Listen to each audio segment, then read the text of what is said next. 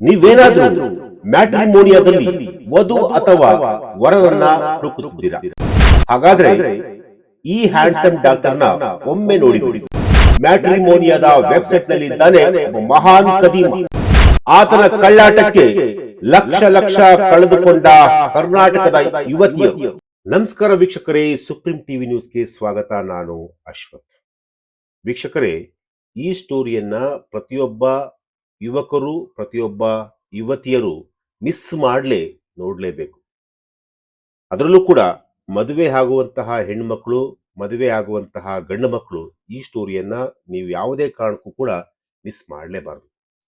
ಯಾಕೆಂದ್ರೆ ಇವತ್ತಿನ trend set ಯಾವ ರೀತಿ ಇದೆ, ಯಾವ ರೀತಿ ಯುವಕ ಯುವತಿಯರು ಏನೆಲ್ಲ ಹಿಂದೆ ಹೋಗಿ ತಮ್ಮ ಲೈಫ್ ಅನ್ನ ಹಾಳು ಮಾಡ್ಕೊಂತಿದ್ದಾರೆ ಅನ್ನೋದಕ್ಕೆ ಇದೊಂದು ಜಸ್ಟ್ ಎಕ್ಸಾಂಪಲ್. ಎಸ್, ಇವತ್ತಿನ ಬಹುತೇಕ ಯುವತಿಯರು ಮಾತೆತ್ತಿದ್ರೆ ಸಾಕು, ವೆಲ್ ಸೆಟಲ್ ಹುಡುಗ ಬೇಕು, ಕಾರ್ ಇರಬೇಕು, ಮನೆ ಇರಬೇಕು, ಲಕ್ಷ ಲಕ್ಷ ಬ್ಯಾಂಕ್ ಬ್ಯಾಲೆನ್ಸ್ ಇರಬೇಕು, ಹೀಗೆ ಒಂದ ಎರಡ ಅವರ ಡಿಮ್ಯಾಂಡ್ಗಳನ್ನು ನಾವು ಕೇಳ್ತಾ ಇದ್ರೆ ನಿಜಕ್ಕೂ ತಲೆ ತಿರುಗಿ ಬಿದ್ದು ಬಿಡಬೇಕು. ಆ ರೀತಿಯಾದಂತಹ ಒಂದು ಪರಿಸ್ಥಿತಿ ಇವತ್ತಿನ ಸಮಾಜದಲ್ಲಿರುವಂತಹದ್ದು. ಕೆಲವು ಯುವಕರಾಗ್ಲಿ ಯುವತಿಯರಾಗ್ಲಿ ಅವರವರ ಡಿಮ್ಯಾಂಡ್ಗಳನ್ನ ಕೇಳ್ಬಿಟ್ಟು ಮದುವೆ ಆಗುವಂತಹ ಆಸೆಯನ್ನೇ ಕೆಲವರು ಬಿಟ್ಬಿಟ್ಟಿದ್ದಾರೆ.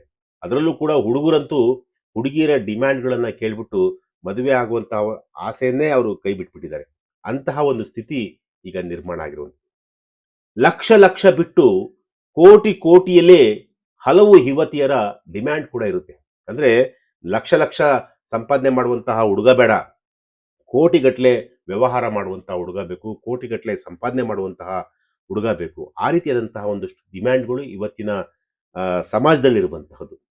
ತಾವು ದುಡಿತಾ ಇರಲಿ, ದುಡಿಯದೇ ಇರಲಿ, ಹುಡುಗ ಹೀಗಿರ್ಬೇಕು ಅನ್ನೋ ಒಂದಷ್ಟು ಭರ್ಜರಿ ಡಿಮ್ಯಾಂಡ್ ಇರುತ್ತಲ್ಲ, ಅದೆಷ್ಟು ಡಿಮ್ಯಾಂಡ್ ಮಾಡ್ತಾರೋ, ಡಿಮ್ಯಾಂಡ್ ಮಾಡ್ಲಿಕ್ಕೆ ಎಷ್ಟು ಬುದ್ಧಿಯನ್ನ ಉಪಯೋಗಿಸ್ತಾರೋ ಅಷ್ಟೇ ಬುದ್ಧಿ ಕೂಡ ತಾವು ಕಂಡ ಹುಡುಗನ ಹಿನ್ನೆಲೆ, ಅವನು ತಮಗೆ ಮೋಸ ಮಾಡ್ತಿದ್ದಾನ, ಅವನು ಬಣ್ಣದ ಮಾತುಗಳನ್ನ ಆಡಿ ಮರಳು ಮಾಡ್ತಿದ್ದಾನ, ಅದೆಲ್ಲವನ್ನೂ ಕೂಡ ಯೋಚಿಸೋದಕ್ಕೆ ಹೋಗೋದೇ ಇಲ್ಲ. ಆದ್ರೆ ಕೆಲವು ಯುವತಿಯರು ಬಗೆ ಬಗೆಯ ರೂಪದಲ್ಲಿ ಗಾಳ ಹಾಕುವುದು, ಕೆಲವು ಫೇಕ್ಗಳಿಗೆ ಬಲು ಸುಲಭವಾಗಿ ನಂಬಿಬಿಡ್ತಾರೆ. ಎಸ್, ಇವತ್ತಿನ ಒಂದು ಸ್ಟೋರಿ ಕೂಡ ಅದೇ. ಅಂದ್ರೆ ಒಬ್ಬ ಸಾಫ್ಟ್ವೇರ್ ಅಥವಾ ಇಂಜಿನಿಯರ್ ಆಗಿರ್ಬೋದು ಅಥವಾ ಡಾಕ್ಟರ್ ಆಗಿರ್ಬೋದು. ಅಂದ್ರೆ ಕೆಲವು ಯುವತಿಯರ ಡಿಮ್ಯಾಂಡ್ ಇರುತ್ತೆ, ಸಾಫ್ಟ್ವೇರ್ ಹುಡುಗನೇ ಬೇಕು, ಡಾಕ್ಟರೇ ಆಗಿರ್ಬೇಕು, ಕೈ ತುಂಬಾ ಸಂಬಳನೇ ಪಡಿತಾ ಇರಬೇಕು. ಈ ರೀತಿಯಾಗಿ ಒಂದಷ್ಟು ಡಿಮ್ಯಾಂಡ್ಗಳು ಕೂಡ ಕೆಲವು ಯುವತಿಯರಲ್ಲಿರುತ್ತೆ. ಆ ಯುವತಿಯರು ಈ ಒಂದು ಸ್ಟೋರಿಯನ್ನು ನೀವು ನೋಡಿದ್ರೆ ಖಂಡಿತವಾಗ್ಲೂ ನೀವೇ ಶಾಕಿಗೆ ಒಳಗಾಗ್ತೀರ. ಎಸ್, ದೊಡ್ಡ ಮೊತ್ತದ ಕಾರು, ಬೈಕು, ಸಿನಿಮಾ ತಾರೆಯರ ರೀತಿ ಹೇರ್ ಸ್ಟೈಲು ಹೀಗೆಲ್ಲ ಮಾಡಿ ತಾನು ಕೋಟ್ಯಾಧಿಪತಿ ಎಂದು ಹೇಳಿಕೊಂಡು ತಕ್ಷಣ ಬೀಳುವ ಯುವತಿಯರು ಎಷ್ಟೋ ಮಂದಿ ಇಲ್ಲ ಹೇಳಿ. ಹಲವಾರು ಲವ್ ಜಿಹಾದ್ ಕೇಸ್ಗಳಲ್ಲಿ ಹಿಂದೂ ಯುವತಿಯರು ಬಲೆಗೆ ಬೀಳುತ್ತಿರುವುದಕ್ಕೆ ಬಹುಮುಖ ಕಾರಣ ಇದೆ. ಈಗಾಗಲೇ ಒಂದಷ್ಟು ಸಾಕಷ್ಟು ವರದಿಗಳು ಕೂಡ ಆಗಿರುವಂತಹದ್ದು. ಇಂಥವರನ್ನೇ ಗಾಳ ಹಾಕುವ ಯುವಕರು ಹೆಣ್ಣು ಮಕ್ಕಳ ಈ ಶ್ರೀಮಂತಿಕೆಯ ಹಪಾಪಿಯನ್ನ ಚೆನ್ನಾಗಿ ಹರಿದುಕೊಂಡಿದ್ದಾರೆ. ಇದೀಗ ಅಂಥದ್ದೇ ಒಂದು ಕೇಸ್ ಈಗ ಬೆಂಗಳೂರಿನಲ್ಲಿ ನಡೆದಿರುವಂತಹದ್ದು. ತಾನೊಬ್ಬ ಡಾಕ್ಟರ್ ಅಂತ ಹೇಳಿಕೊಂಡು ತಮಿಳುನಾಡಿನ ಪ್ರದೀಪ್ ಜೋಸೆಫ್ ಎಂಬಾತ ಮ್ಯಾಟ್ರಿಮೋನಿಯಾ ಸೈಟ್ನಲ್ಲಿ ತನ್ನ ಬಗ್ಗೆ ಬರೆದುಕೊಂಡು ಹಲವು ಯುವತಿಯರಿಂದ ಲಕ್ಷ ಲಕ್ಷ ಹಣವನ್ನ ಪೀಕಿರುವಂತಹ ಒಂದು ಘಟನೆ ಬೆಂಗಳೂರಿನಲ್ಲಿ ನಡೆದಿರುವಂತಹದ್ದು. ಹಾಗಾದ್ರೆ ಆ ಯುವಕ ಯಾರು, ಎಲ್ಲಿಯವನು, ಏನು ಎತ್ತ, ಅವನ ಹಿನ್ನೆಲೆ ಏನು, ಯಾವ ರೀತಿಯಾಗಿ ಮೋಸ ಮಾಡ್ತಿದ್ದ, ಅದೆಲ್ಲವನ್ನು ಕೂಡ ನಾನು ನಿಮ್ಗೆ ಹೇಳ್ತೀನಿ. ಬೆಂಗಳೂರು ಮತ್ತು ಮೈಸೂರಿನ ಎಜುಕೇಟೆಡ್ ಯುವತಿಯರೇ ಇವನ ಮೋಸದಲ್ಲಿ ಸಿಲುಕಿರುವಂತಹದ್ದು.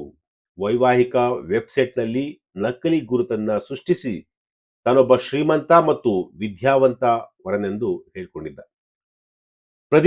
ಪ್ರದೀಪ್ ಸೊಲೆಮಾನ್ ಆಲಿಯಸ್ ಪ್ರದೀಪ್ ಜೋಸೆಫ್ ಹೀಗಂತ ಗುರುತಿಸಿಕೊಂಡಿರುವಂತಹ ಈತ ಮೂಲತಃ ತಮಿಳುನಾಡಿನವನು. ಆದರೆ ಗಾಳ ಹಾಕ್ತಿದ್ದು ಮಾತ್ರ ಕರ್ನಾಟಕದ ಯುವತಿಯರಿಗೆ. ತಾನು PhD ಪದವೀಧರ ಅಂತ ಹೇಳಿಕೊಂಡು ಮತ್ತು ಆರ್ಥಿಕವಾಗಿ ಉತ್ತಮವಾಗಿ ನಾನಿದ್ದೇನೆ, ನಾನೊಬ್ಬ ದೊಡ್ಡ ಹೈ ಪ್ರೊಫೈಲ್ ಹುಡುಗ, ನನ್ನ ಬ್ಯಾಕ್ಗ್ರೌಂಡ್ ತುಂಬಾ ಚೆನ್ನಾಗಿದೆ, ನಾನು ಹಾಗೆ ಹೀಗೆ ಅಂತಂತ ಹೇಳ್ಕೊಂಡು ಒಂದಷ್ಟು ಆ ರೀತಿಯಾದಂತಹ ಒಂದು ಪ್ರೊಫೈಲ್ ಅನ್ನ ರೆಡಿ ಮಾಡ್ಕೊಂಡಿರ್ತಾನೆ. ಜೊತೆಗೆ ವೈವಾಹಿಕ ವೇದಿಕೆಗಳಲ್ಲಿ ತನ್ನ ಸುಂದರವಾದಂತಹ ಫೋಟೋ ಹಾಕಿ ತಾನೊಬ್ಬ ಡಾಕ್ಟರ್ ಅಂತ ಕೂಡ ಹೇಳ್ಕೊಂಡಿದ್ದ. ಹುಡುಗಿಯರಿಗೆ ಮತ್ತು ಶ್ರೀಮಂತ ಅಳಿಯನನ್ನ ಹುಡುಕುತ್ತಿರುವ ಹುಡುಗಿಯ ಮನೆಯವರಿಗೆ ಇನ್ನೇನು ಬೇಕು, ಇವನ ಹಿನ್ನೆಲೆಯನ್ನ ನೋಡಿದ್ರೆ ಸಾಕಾಗಿತ್ತು. ಇವನನ್ನ ಇಮಿಡಿಯೇಟ್ಲಿ ಸಂಪರ್ಕ ಮಾಡ್ತಾ ಇದ್ರು. ಕೆಲವು ಹುಡುಗಿಯರಿಗೆ ಬಣ್ಣ ಬಣ್ಣದ ಮಾತುಗಳನ್ನು ಆಡ್ತಿದ್ದ. ಕೆಲವು ಕೇಸ್ಗಳಲ್ಲಿ ಅಪ್ಪ ಅಮ್ಮನ ವಿಶ್ವಾಸವನ್ನು ಕೂಡ ಈತ ಗಳಿಸ್ತಾ ಇದ್ದ. ಬಾವಿ ಹಳಿಯನಿಗೆ ಲಕ್ಷ ಲಕ್ಷ ಕೊಟ್ಟ ಅಪ್ಪ ಅಮ್ಮ. ಎಸ್, ಕೊನೆಗೆ ಆ ನೆಪ ಈ ನೆಪ ಹೇಳಿ ಅವರಿಂದ ಲಕ್ಷ ಲಕ್ಷ ಹಣವನ್ನ ಪೀಕ್ತಾ ಇದ್ದ. ತನ್ನ ಅಪಾರ ಹಣವು ವ್ಯವಹಾರ ಅಥವಾ ಹಣಕಾಸಿನ ವಹಿವಾಟಿನಲ್ಲಿ ಸಿಕ್ಕಿ ಹೋಗಿದೆ, ನನಗೆ ಸ್ವಲ್ಪ ತುರ್ತಾಗಿ ತಾತ್ಕಾಲಿಕವಾಗಿ ಆರ್ಥಿಕ ಸಹಾಯದ ಅಗತ್ಯವಿದೆ ಈಗಂತ ಹೇಳಿಕೊಂಡು ಅವರನ್ನು ನಂಬಿಸ್ತಾ ಇದ್ದ. ಅವನ ಭರವಸೆಗಳನ್ನ ನಂಬಿದಂತಹ ಹಲವಾರು ಕುಟುಂಬಗಳು ಅವನಿಗೆ ಲಕ್ಷಾಂತರ ರೂಪಾಯಿ ಹಣವನ್ನು ಕೂಡ ಕೊಟ್ಟಿರುವಂತಹದ್ದು ಕಣ್ಣ ಮುಂದೆ ಇರುವಂಥದ್ದು. ಕೋಟ್ಯಾಧಿಪತಿ ಸಿಗುವಾಗ ಒಂದಿಷ್ಟು ಲಕ್ಷ ಹೋದ್ರೆ ದೊಡ್ಡ ವಿಷಯವೇನಲ್ಲ ಬಿಡಿ ಈಗಂತ ಅದೆಷ್ಟೋ ಪೋಷಕರು ಅಂದ್ಕೊಂಡು ಯುವತಿಯರು ಅವನು ಕೇಳಿದಷ್ಟು ದುಡ್ಡು ಕೊಡ್ತಾ ಇದ್ರು, ಪೋಷಕರು ಕೂಡ ಅವನು ಕೇಳಿದಷ್ಟು ದುಡ್ಡು ಕೊಡ್ತಾ ಇದ್ರು. ಅದಾದ ನಂತರ ಚಾಪ್ಟರ್ ಕ್ಲೋಸ್ ಮಾಡಿ ಮತ್ತೊಂದು ಮಿಕ್ಕವನ್ನ ಈತ ಹಿಡಿತಾ ಇದ್ದ. ಇದೇ ರೀತಿ ಹಲವು ಹಲವು ಜನರಿಗೆ ಟೋಪಿಯನ್ನ ಹಾಕೊಂಡು ಬರ್ತಾ ಇದ್ದ. ಆದ್ರೀಗ ಈಗ ಆತ ಪೊಲೀಸರ ಬಲೆಗೆ ಈಗ ಸಿಕ್ಕಿ ಬಿದ್ದಿರುವಂಥದ್ದು. ಎಸ್, ಬೆಂಗಳೂರಿನ ಆಡುಗೋಡಿ ಪೊಲೀಸ್ ಠಾಣೆಯಲ್ಲಿ ಇವನ ವಿರುದ್ಧ ಒಂದು ಪ್ರಕರಣ ಕೂಡ ದಾಖಲಾಗಿತ್ತು. ಆ ಪ್ರಕರಣ ದಾಖಲಿಸಿಕೊಂಡಂತಹ ಪೊಲೀಸರು ತನಿಖೆಯನ್ನ ಕೂಡ ಶುರು ಮಾಡಿರುವಂಥದ್ದು. ಪೊಲೀಸ್ ತಂಡಗಳು ಈಗಾಗಲೇ ಆರೋಪಿಗಾಗಿ ಹುಡುಕಾಟವನ್ನು ಕೂಡ ನಡೆಸಿರುವಂಥದ್ದು. ಅಂದ್ರೆ ಇನ್ನೂ ಕೂಡ ಆರೋಪಿ ಸಿಕ್ಕಿಲ್ಲ. ಸೊ ಇವನ ಹುಡುಕಾಟದಲ್ಲಿ ಈಗ ಪೊಲೀಸರು ಕೂಡ ನಿರಂತರವಾಗಿ ಏನು ಸರ್ಚ್ ಕೂಡ ಮಾಡ್ತಿರೋದು. ಕೆಲವರು ಬಂಧನದ ಭಯದಿಂದ ತಪ್ಪಿಸಿಕೊಂಡಿದ್ದಾರೆ ಹೀಗಂತ ಹೇಳಲಾಗ್ತದೆ. ಇವನಿಗೆ ಇವನ ಅಮ್ಮ ಎಂದು ಹೇಳುವ ಕಲಾವತಿ ಇದ್ದಾಳಲ್ಲ, ಆಕೆ ಈತನಿಗೆ ಕಂಪ್ಲೀಟ್ ಆಗಿ ಸಹಾಯ ಮಾಡ್ತಾ ಇದ್ಲು. ಇವನ ಬಗ್ಗೆ ತಿಳಿಯುತ್ತಲೇ ತನ್ನ ಮೇಲೆ ಇಲ್ಲಸಲ್ಲದ ಆರೋಪ ಕೂಡ ಮಾಡಲಾಗುತ್ತಿದೆ ಎಂದು ಎಲ್ಲಿಯೋ ಕುಳಿತು ವಿಡಿಯೋ ಕೂಡ ಮಾಡಿದ್ದಾನೆ. ಈತ ಪೊಲೀಸರಿಗೆ ಮಾತ್ರ ಸಿಕ್ಕಿಲ್ವಂತೆ. ಇಷ್ಟೆಲ್ಲ ಕಂಪ್ಲೇಂಟ್ ಆದ್ರೂ ಇನ್ನೂ ಮ್ಯಾಟ್ರಿಮೋನಿಯಾ ಸೈಟ್ ನಲ್ಲಿ ಆಕ್ಟಿವ್ ಆಗಿದ್ದಾರಂತೆ. ಸೊ ಹಾಗಾಗಿ ಇವನ ಬಗ್ಗೆ ಬಹಳ ಎಚ್ಚರಿಕೆವಾಗಿರಿ. ಪೊಲೀಸರು ಈತನನ್ನ ಹುಡುಕಾಟ ಕೂಡ ಮಾಡ್ತಿದ್ದಾರೆ. ಆದ್ರೆ ಇಲ್ಲಿವರೆಗೂ ಎಲ್ಲಿದ್ದಾರೆ ಏನು ಅಂತೇಳಿ ಇನ್ನೂ ಕೂಡ ಸಿಕ್ಕಿಲ್ಲ. ಆಡುಗೋಡಿ ಪೊಲೀಸರು ಈ ಒಂದು ಪ್ರಕರಣವನ್ನು ಕೂಡ ದಾಖಲಿಸಿಕೊಂಡು ತನಿಖೆಯನ್ನು ಕೂಡ ಮಾಡ್ತಿರುವಂಥದ್ದು. ಆದ್ರೆ ಇಲ್ಲಿ ಒಂದು ವಿಚಾರವನ್ನ ಹೇಳಬೇಕು, ಪೊಲೀಸರು ತನಿಖೆಯನ್ನ ಮಾಡ್ತಾರೆ, ಆರೋಪಿನ ಅರೆಸ್ಟ್ ಕೂಡ ಮಾಡ್ತಾರೆ. ಆದ್ರೆ ಒಂದು ವಿಚಾರವನ್ನ ಇಲ್ಲಿ ಪ್ರತಿಯೊಬ್ಬರು ಕೂಡ ಅರ್ಥ ಮಾಡ್ಕೊಳ್ಳೇಬೇಕಾಗುತ್ತೆ. ಅದರಲ್ಲೂ ಕೂಡ ಎಸ್ಪೆಷಲಿ ಹೆಣ್ಮಕ್ಳು ಈತನ ಬಗ್ಗೆ ಬಹಳ ಎಚ್ಚರಿಕೆಯಿಂದ ಇರಿ. ಯಾಕೆಂತಂದ್ರೆ ಸ್ವಲ್ಪ ಯಾಮಾರಿದ್ರು ಕೂಡ ಹಣ, ನಿಮ್ಮ ಹಣದ ಜೊತೆಗೆ ನಿಮ್ಮ ಮಾನ ಕೂಡ ಹೋಗುತ್ತೆ. ಸೊ ಹಾಗಾಗಿ ಇವನ ಬಗ್ಗೆ ಬಹಳ ಎಚ್ಚರಿಕೆಯನ್ನು ವಹಿಸಿ. ಎಸ್, ಇದು ಇವತ್ತಿನ ಒಂದು ವಿಚಾರ.